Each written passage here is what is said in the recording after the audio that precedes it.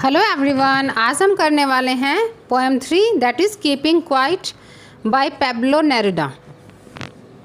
यह एक बहुत ही अच्छी पोएम है, बहुत ही मोटिवेशनल पोएम है। In this poem the poet emphasises on silence and stillness. इस पोएम में कवि जो हैं वो मौन और स्थिरता पर जोर देते हैं, स्टिलनेस पर और साइलेंस पर जोर देते हैं।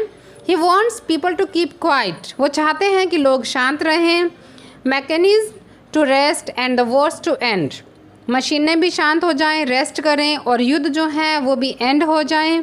ही appeals to people to enjoy life and to work as silently as the earth does. और वो लोगों से अपील करते हैं कि वो जीवन का आनंद लें और पृथ्वी के समान, अर्थ के समान शांतिपूर्वक वर्क करें और अपना जीवन जो है वो जिएं। तो आज हम ये पोएम करते हैं, अभी लाइन टू लाइन एक्सप्लेन कर देते हैं हम आपको। Okay, let's start this poem. Before start this poem, अगर आप हमारे चैनल पर नए हैं तो please subscribe to my channel.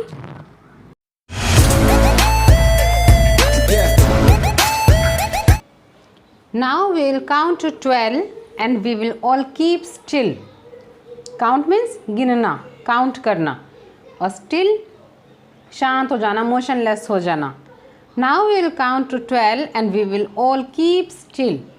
अब हम 12 तक गिनेंगे, 12 तक गिनेंगे और मोशनलेस हो जाएंगे, यानी कि स्टिल हो जाएंगे, शांत हो जाएंगे एक पल के लिए। For once on the face of the earth, एक बार के लिए हम धरती के फेस पर, यानी कि धरती के धरातल पर, अर्थ के धरातल पर, let's not speak in any language. हम किसी भी भाषा में नहीं बोलें, यानी कि कुछ भी नहीं बोलें, अच्छा बुरा कुछ भी, है ना। We have to only keep silence. Let's stop for 1 second, और हम 1 सेकेंड के लिए रुक जाएं, शांत हो जाएं। And not move our arms so much, और अपने बाजुओं को भी इतना अधिक नहीं हिलाएं, मतलब कि हम कुछ भी ना तो बोलें शब्दों से, चाहे वो झगड़े के लिए बात हो, चाहे वो किसी चर्चा की हो, चाहे किसी बहस की हो, हम कुछ भी नहीं बोलें, हम शांत रहें। और ना ही हम मतलब कुछ भी अपने बाजुओं को हिलाएं, मतलब कोई भी काम जो है हम नहीं करें। तो पोइट कहना चाह रहे हैं कि हम एक बार 12 तक गिनकर और एक पल के लिए सब साइलेंस हो जाते हैं, मोशनलेस हो जाते हैं, और हमें अपनी बाजुओं का, जैसे हम अपने बाजुओं का यूज़ करते हैं अच्छे काम करने में, बुरे काम करने में, किसी की कीमती जिंदगियां लेने में और कुछ सुंदर वस्तुओं का बर्बाद करने में हमारी बाजुओं का यूज़ लेते हैं। तो पोइट कह रहे हैं कि हम इनका यूज़ करना एक बार बंद कर दें, बिल्कुल ये सारे काम हम एक बार बंद कर दें। It would be an exotic moment without rush, without engines. We would all be together in a sudden strangeness. Okay? Exotic means unusual, विचित्र, अद्भुत। और मोमेंट क्या होता है? पल, कोई भी क्षण। रश क्या होता है? हरी, मतलब जल्दबाजी में लोग इधर दौड़ रहे हैं, उधर दौड़ रहे हैं, उसे बोलते हैं rush. It would be an exotic moment, यह एक बहुत ही विचित्र सा, अनयूजुअल सा पल होगा, ऐसा क्षण होगा, बहुत ही मोहक क्षण होगा। विदाउट रश, विदाउट एंजिन्स, जिसमें कोई हड़बड़ी नहीं होगी, कोई भी इंजन नहीं चले, है ना, मतलब कुछ भी जो है हड़बड़ाहट में काम जो है वो नहीं हो रहा होगा, कोई मशीनों का शोर नहीं होगा। We would all be together in a sudden strangeness, और हम सब एक बिल्कुल आकस्मिक क्षण में, स्ट्रेंजनेस में, एक स्ट्रेंज मोमेंट में हम सब एक साथ होंगे। ओके, फिर से सुनेंगे। It will be an exotic moment, यह एक ऐसा अद्भुत पल होगा। कौन सा? जब हम एक पल के लिए रुक जाएंगे, बिना बोले, बिना हिले डुले, बिल्कुल मोशनलेस होकर। विदाउट रश, विदाउट इंजन्स, मतलब कोई भागम भाग नहीं होगी लाइफ में, कोई मशीनें नहीं चलेंगी, कोई इंजन्स नहीं चलेंगे। We would all be together in a sudden strangeness, और हम एक आकस्मिक स्ट्रेंजनेस में हम सब एक साथ होंगे। और वो पल जो है, उस पल में हमारा दिमाग जो है वो बिल्कुल राहत महसूस करेगा, और हम सब भी शांति और सुकून के कुछ पल जो हैं एक दूसरे के साथ शेयर करेंगे, जो कि हमारे तनावग्रस्त दिमाग को, मस्तिष्क को राहत देते हैं। Fisherman in the cold sea would not harm whales, and the man gathering salt would look at his hurt hands. Fisherman कौन होते हैं? पीपल हु कैच फिश, मछुआरे जो मछलियों को पकड़ते हैं। और हार्म क्या होता है? हर्ट करना, किसी को नुकसान पहुंचाना। व्हेल तो व्हेल मछली होती है, पता ही है हमें। Fisherman in the cold sea would not harm whales, मतलब जिस पल में हम सब एकदम रुक जाएंगे, स्टिल हो जाएंगे, मोशनलेस हो जाएंगे, है ना, उस पल की बात कर रहे हैं पोइट हमारे साथ कि उस टाइम कोल्ड सी में जो फिशरमैन हैं वो मछलियाँ नहीं पकड़ेंगे तो वो व्हेल मछलियों को भी चोट नहीं पहुंचाएंगे, हर्ट नहीं करेंगे, would not harm whales. And the man gathering salt, और जो मनुष्य नमक इकट्ठा करते हैं समुद्र में से, would look at his hurt hands, उन्हें भी समय मिल पाएगा कि वो अपने घायल हाथों की ओर ध्यान दें। अगर वो भी एक पल के लिए रुक जाएं, अपने काम को अंजाम दे दें, स्टिल हो जाएं, मोशनलेस हो जाएं, तो वो भी अपने हाथों के जो घाव हैं उनकी तरफ ध्यान दे पाएंगे। क्योंकि जो समुद्र का नमक होता है वो नेचुरली बहुत ही हार्ड होता है, प्रिकी होता है, चुभने वाला होता है, और वो नमक जब लोग इकट्ठा करते हैं तो उनकी वो उंगलियों को जख्मी कर देते हैं। तो इस तरह से अगर जो मनुष्य हैं वो रुक जाएंगे कुछ देर के लिए तो वो शायद अपने आप को भी देखने का उनको मौका मिल जाएगा। पोइट ऐसा इसलिए कह रहे हैं क्योंकि वो चाहते हैं कि हर कोई आज काम की भागम भाग में इस तरह से बिजी है कि वो खुद का ध्यान ही नहीं रख पा रहा है कि उसे क्या दुख दर्द हैं, क्या उसकी चोटें हैं, क्या उसके घाव हैं, क्या उसके पास खुशियाँ या गम हैं। तो पोइट चाह रहे हैं कि स्टिल होकर आप अपने आप पर भी ध्यान दें। Those who prepare green Wars, green Wars क्या होता है? वॉर्स अगेंस्ट एनवायरनमेंट, मतलब पर्यावरण के खिलाफ जो युद्ध होता है उसे बोलते हैं green wars. Wars with gas, use of poisonous gases करते हैं ना वॉर में। Victory with no survivors would put on clean clothes and walk about with their brothers in the shade doing nothing. Poet हमें क्या कहना चाह रहे हैं इस स्टैंजा में कि those who prepare green Wars, कि वे लोग जो कि पर्यावरण के अगेंस्ट युद्ध करते हैं, वॉर्स विद गैस, और वे जो गैसेस का यूज करते हैं युद्ध में, वॉर्स विद फायर, और जो फायर आर्म्स यानी कि अग्नि शस्त्रों से भी युद्ध करते हैं, मतलब युद्ध में इन सभी चीज़ों का जो यूज़ करते हैं। विक्ट्री विद नो सर्वाइवर्स, और वो विजय तो प्राप्त करते हैं, जीत तो हासिल कर लेते हैं, लेकिन उस युद्ध में कोई भी जीवित नहीं बचता, है ना।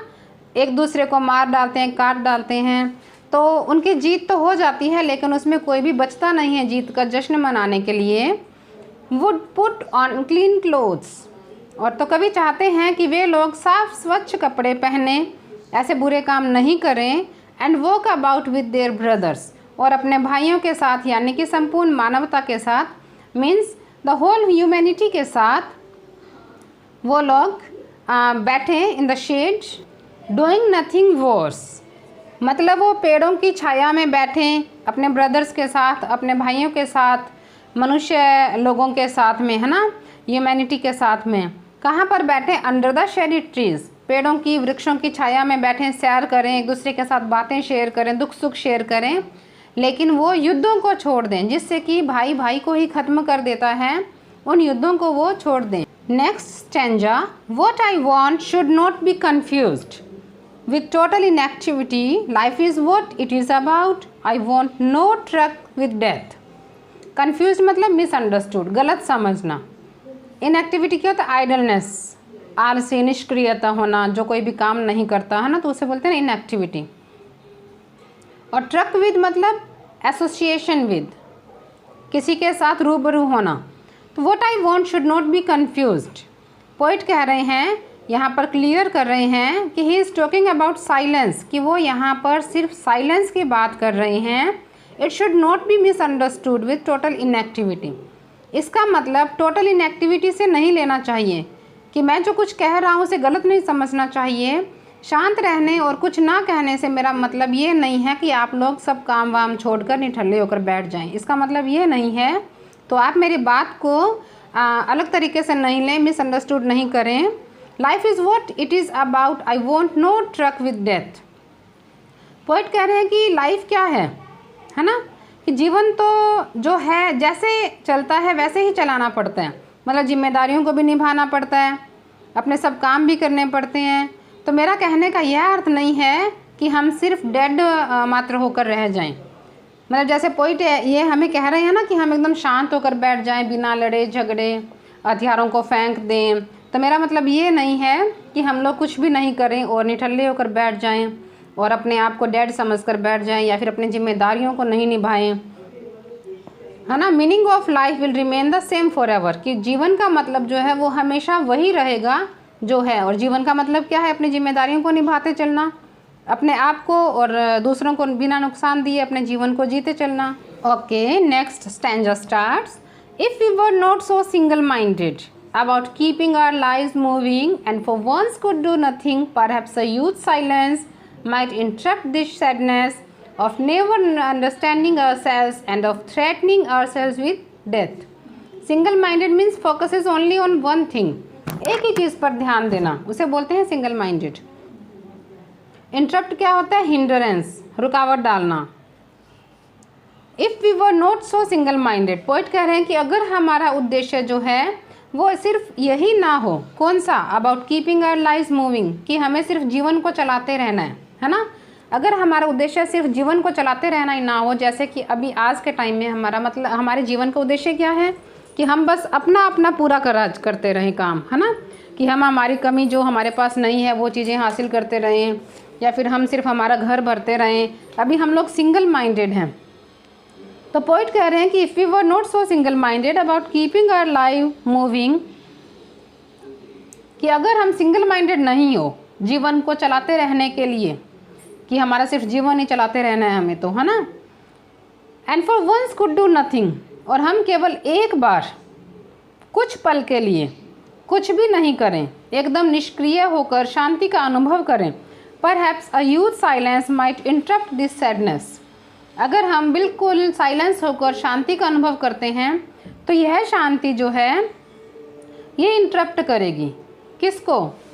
मतलब दूर करेगी उस चीज़ को जो हमें उदास करती है, जो हमें सैड बनाती है। अगर हम साइलेंस होकर हमारे खुद के बारे में ध्यान देंगे और कुछ हमारे जीवन के बारे में सोचेंगे, माइट इंटरप्ट दिस सैडनेस, है ना, तो वो साइलेंस जो है वो उस उदासी को भंग कर देगी। कौन सी उदासी? Of never understanding ourselves end of threatening ourselves with death. कौन सी उदासी? जो उदासी खुद को ना समझने से उत्पन्न होती है या फिर मृत्यु के खतरे से पैदा होती है। जब हमें मरने का डर हो जाता है ना, तब हमारे मन के अंदर एक उदासी, एक निराशा, एक डर सा फैल जाता है। तो उससे क्या है, मतलब हमारा दिमाग जो है ना वो सेट नहीं रहता, शांत नहीं रहता। तो अगर हम कुछ पल के लिए रुककर शांति महसूस करेंगे तो हम उस उदासी को भी दूर कर पाएंगे। जो उदासी या जो भ्रम या जो डर हमारे मन में फैला हुआ है मरने का, मृत्यु का, उस सब डर को हम लोग दूर कर पाएंगे और हम खुद को समझने का अवसर प्रदान कर पाएंगे।